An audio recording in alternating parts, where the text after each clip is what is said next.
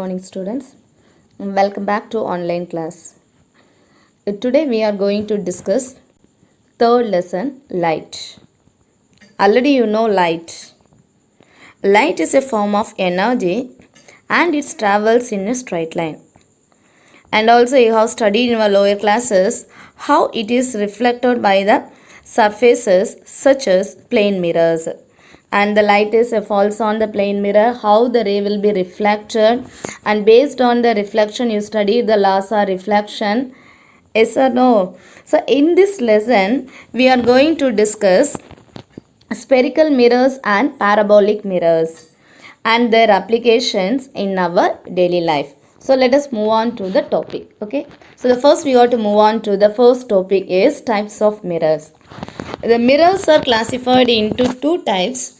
One is plane mirror and another one is the curved mirrors. And curved mirrors are further classified into four types. One is spherical mirror, the second one is the cylindrical mirror, third one is the parabolic mirror, and fourth one is the ellipsoid mirror. In this chapter, we are going to discuss a spherical mirror and the parabolic mirror. So what are the types of mirrors? First one is the plane mirrors, second one is the curved mirrors. The curved mirrors are further classified into the four types. So out of four, in this chapter we are going to discuss the two types of the mirrors only. Okay. And now let us move on to spherical mirrors. So the spherical mirrors are one form of curved mirrors. One form of the curved mirrors. If the curved mirror is a part of a sphere, then it is called a spherical mirror. It resembles what shape? That is a spherical shape only. So one smaller portion will be cutted. It gives us a mirror. So the spherical mirrors are classified into two types. One is concave mirror and another one is the convex mirror. So concave mirror or in the convex mirror, one side of this mirror is silvered and the reflection of light occurs at the other side only. So we have to move on to the first mirror, concave mirrors. So what is concave mirror?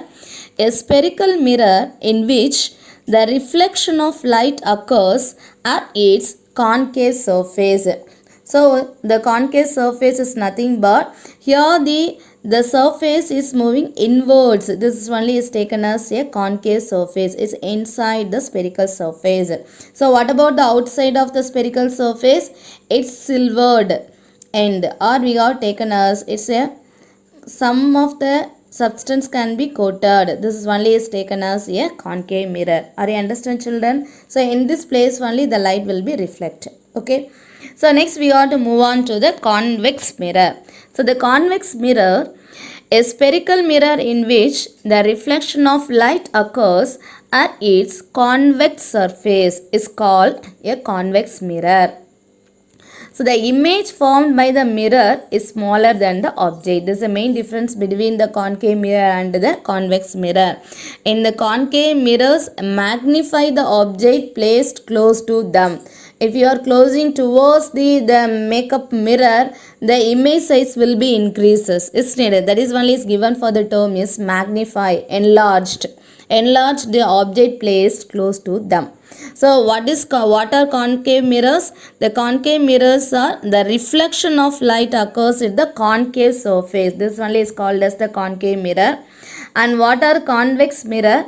The convex mirror is nothing but what? The light, it's reflected. The reflection occurs at its convex surface. Convex surface is nothing but it is the outer surface of the spherical mirror. The outer surface. So in this place, the outer surface only the light will be reflected. So in which part the silver ended will be happens here, it's inside only. So the green color only it's noted. Okay, are you understand, children?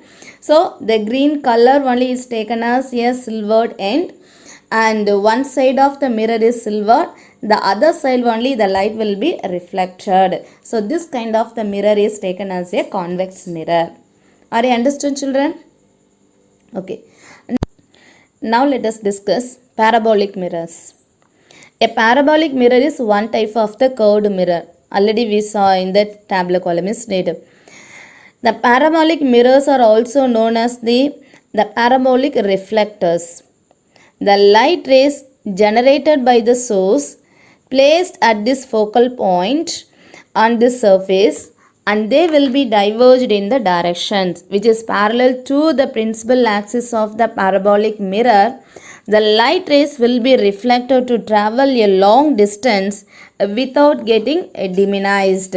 So the parabolic mirrors also is used to collect or project the energy such as light, heat, sound and radio waves. They are used in reflecting telescopes, radio telescopes and parabolic microphones. They are also used in solar cookers and solar water heaters.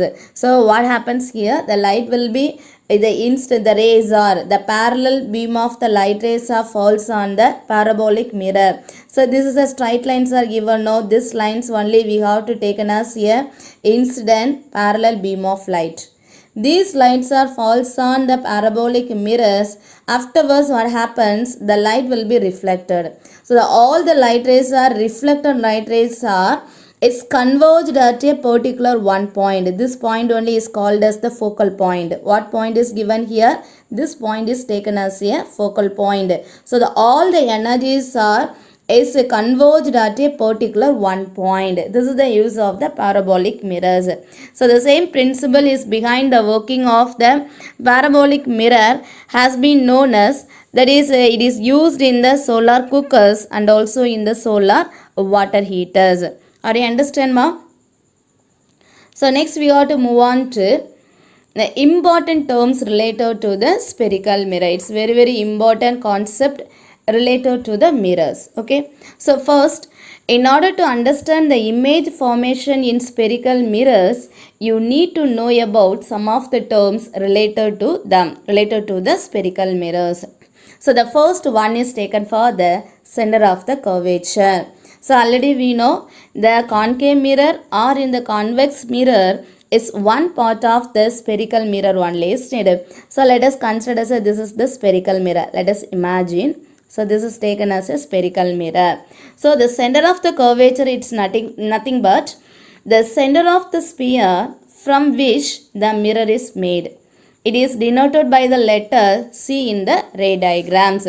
So the center of the sphere from which the mirror is made. So let us consider as a concave mirror. So already you know this is taken as a concave mirror and the outer side is silver coated, isn't it? So in this point the center of the sphere, this is only is called as the center of the curvature. It is denoted by the symbol is C.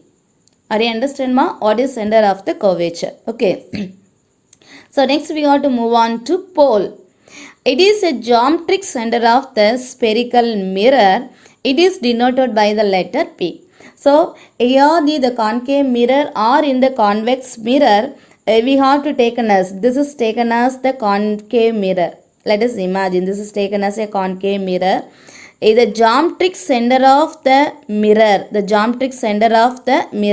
either a concave mirror or in the convex mirror, this center point only is called as pole. It is denoted by the symbol is P. It is denoted by the symbol is what? P. So for a clear identification, I am redrawing this same diagram. Let us consider a spherical mirror and this is taken as a center of the curvature. This is taken as center of the curvature. It is denoted by the symbol is C. Okay. Now this is taken as a concave mirror. In the center point of the concave mirror, this is taken as a pole. This one is given for the geometric center of the spherical mirror. What is the symbol of pole? It is denoted by the symbol P. Are you understand, ma? So what we discussed first? What is center of curvature, and second we discussed pole. Okay. So next we got to move on to third term, radius of curvature. It is the distance between the center of the sphere and the vertex. What is the meaning of vertex? The vertex is the point on the mirror surface where the principal axis meets the mirror. It is called as pole. Okay. So It is also called as pole. So what is radius of curvature? The radius of the curvature is nothing but the distance between the center of the sphere to the pole. Simply we have to use the term. This is called as radius of curvature. So let us consider this. This is a spherical mirror. Let us consider this is a spherical mirror.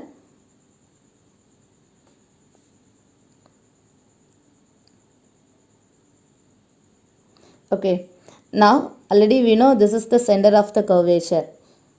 What's the symbol? Center of the curvature. What's the symbol of center of the curvature?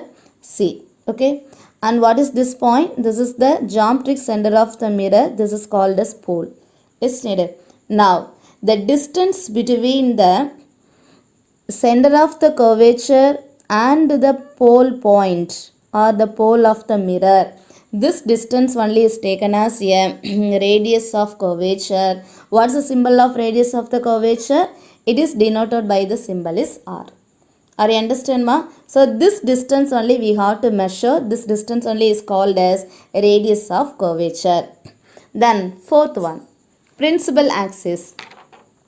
The line joining the pole of the mirror and its center of the curvature is called as principal axis.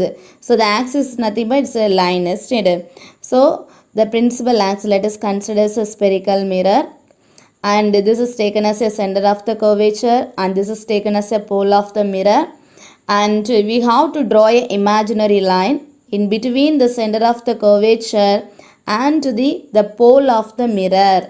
This is only is called as the principal axis. Are you understand ma?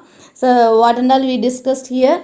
First we discussed the the center of the curvature, and second we discussed pole, and third we discussed radius of curvature, and fourth we discussed principal axis. Now let us move on to one more important term, focus, or we have to call this focus point or principal focus. Okay, when a beam of light is incident on a spherical mirror, the reflected rays are converged at or appear to diverge from a point on the principal axis. Let us consider as a concave mirror. So how could you able to draw the concave mirror? So this is taken as a concave mirror. Okay, so here let us consider as this is taken as a center of the curvature, and this is the pole of the mirror. This line is taken as a principal axis. Okay, now let us imagine in a beam of light is incident. So the light source is in front of the mirror. Let us imagine. So what happens here? This is taken as an incident ray, and this is taken as a incident ray. Okay, now the rays are falls on the mirror. So what happens here? The light will be reflected, is needed. So the first light is reflected. This is taken as a reflected ray, and this is taken as a second incident ray. This ray also is reflected. This is taken as a reflected ray. So both the rays is converged at a particular one point, is needed. So this point only is called as the principal focus or in the focus point. Are you understand ma? So a beam of light is incident on a spherical mirror. The reflected rays are converged. It's taken as a concave mirror at a point on the principal axis. This is only is called as focus, or we have to call this principal focus or the focal point. Okay, so next we got to move on to focal length. The distance between the pole and the principal focus. Principal focus is nothing but what? Focus. This distance only is called as the focal length. It is denoted by the symbol is smallest f. Always the principal focus, it is denoted by the symbol capital F. Here we are using both the F's we are using, small and capital. The capital F represents the focus, and small f it represents the focal length. So what is focal length? The distance between the pole and the principal focus. See the concave mirror also, and this is taken as what? The light will is reflected. Let us consider as a concave mirror like this.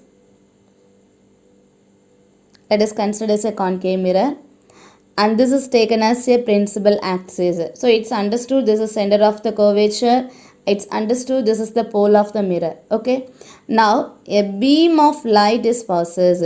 Two or more or light rays are falls on the mirror. Afterwards, what happens? The ray will be reflected. The reflected rays are it's converged at a particular one point is stated. So this point only is called as the principal focus. It is denoted by the symbol is F. Now we are discussing the focal length is stated. So what is focal length? The distance between the principal focus and to the pole. So these two distance only we have to take as a focal length. It is denoted by the symbol smallest f. Are you understand, ma'am? So what are the definitions or important terms are we discussed here? Focus, focal length, then principal axis, radius or curvature, and pole is needed. Now let us move on to a small problem. It's related to the mirror. Okay. The radius or curvature of the spherical mirror is 20 centimeters. So what is given here? The radius of the curvature is given. R is given. R is equal to 20 centimeter is given. Find out the focal length. Find out the focal length. So the radius of the curvature, the relation between the radius of the curvature and the focal length, the relation is R is equal to 2F. What is the relations we have to use? R is equal to 2F. So it's nothing but the radius of the curvature is 2 times of the focal length value. This is only the relation. R is equal to 2F. So what we have to calculate? F only we have to calculate. So what will come? F is equal to R by 2. F is equal to R by 2. Now we got to substitute the R value. R is equal to 20. So 20 by 2 is equal to what value? 10 centimeter. This is the answer for the focal length of the mirror. Okay. So next we got to move on to the next problem. The focal length of the spherical mirror is 7 centimeter. What is its radius or curvature? Using the same formula only, the focal length value is given. That is F is equal to 7 centimeter. And we have to find out the radius of the curvature. Radius of the curvature is equal to 2 times of the focal length. R is equal to 2F. We substitute the F value. So R is equal to 2 into 7. So what will come? 2 7s are 14. So this is the radius of the curvature value. 14 centimeter. Are you understand, ma'am? So in this video, what and all we discussed, ma? First we discussed what are the types of mirror, and second we discussed the spherical mirrors, parabolic mirrors, and third we discussed the important terms related to the mirror, spherical mirrors, and related to problems we discussed. I hope students you understood this video and also the lesson. Thank you.